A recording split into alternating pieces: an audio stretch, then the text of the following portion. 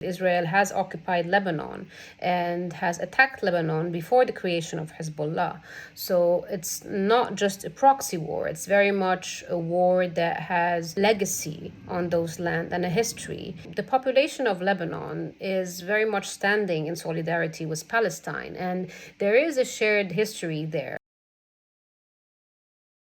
I'm Chloe Kattar. I'm a historian of Lebanon and the Middle East. I'm currently a researcher and academic at the University of Oxford, working on the links between the far right and Islamophobia, and I have an interest in contemporary political events coming from Lebanon, Palestine, and the region as a whole.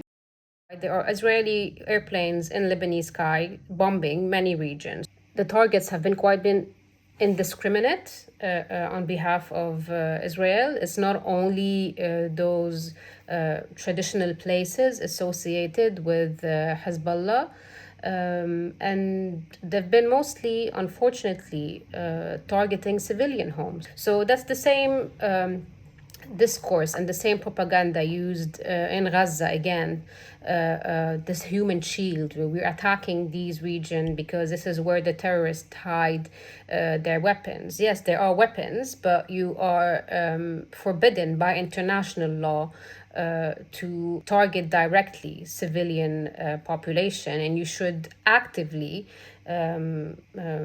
reduce any harm done to civilian population, and not go for a target if those civilian population are under harm. During the 2006 war between Israel and Hezbollah, there was approximately 1,200 people dead. So this was the number of casualties, but that was a month's worth of war. So a figure of 600 casualty yesterday, but that was only in a matter of 12 or 14 hours. So this is a clear indication that Israel is escalating very fast, very intensely, and targeting on purpose civilian populations, because there's no way that they're going to kill that many fighters in that way.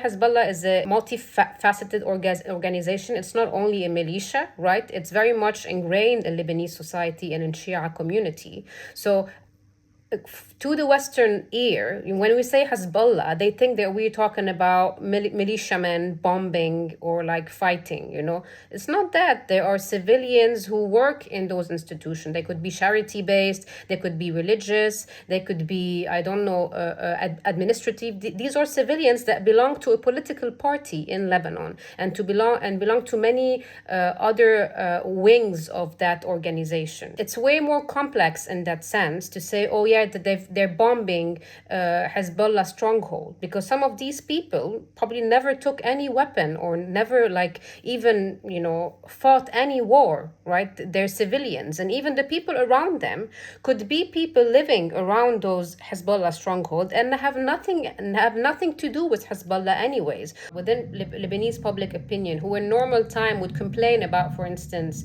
Hezbollah's weapon or Hezbollah's political doings in Lebanon. Within those times, they are expecting Hezbollah, very paradoxically, to be a resistance, to act as one, right? To being able to answer to the enemy's attacks. It's very ambivalent because the structural weakness of the Lebanese army, because there's such a vacuum in power there, that people do expect Hezbollah to answer in case the attacks go deeper, or we talk about a land invasion or things like that. Because we're a neighboring country of Israel, there's obviously caps on how strong our military can be, right? And that's just how it is. That's the external reason, the external one. So because Israel is super funded and super empowered by the US, it is designed in a way for it to be the stronger army within that region, right? And then you have the internal or more historical reason, which is during the Lebanese civil war,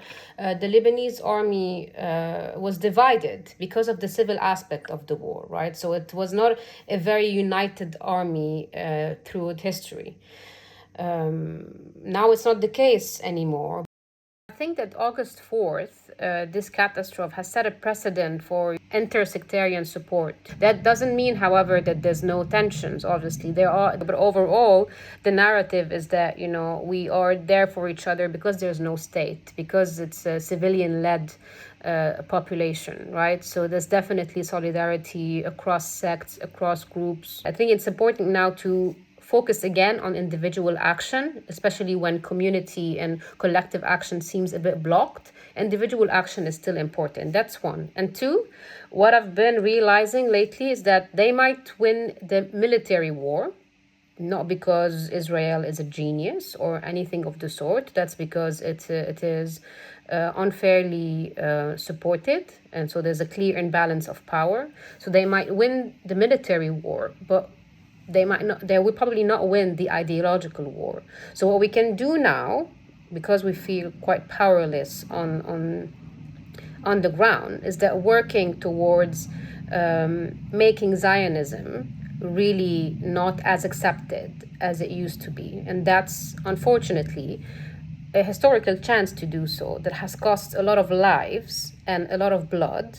But what we can do in that instance is really, really work on making Zionism, less mainstream than it is. And that's already a huge, feat if we can do that.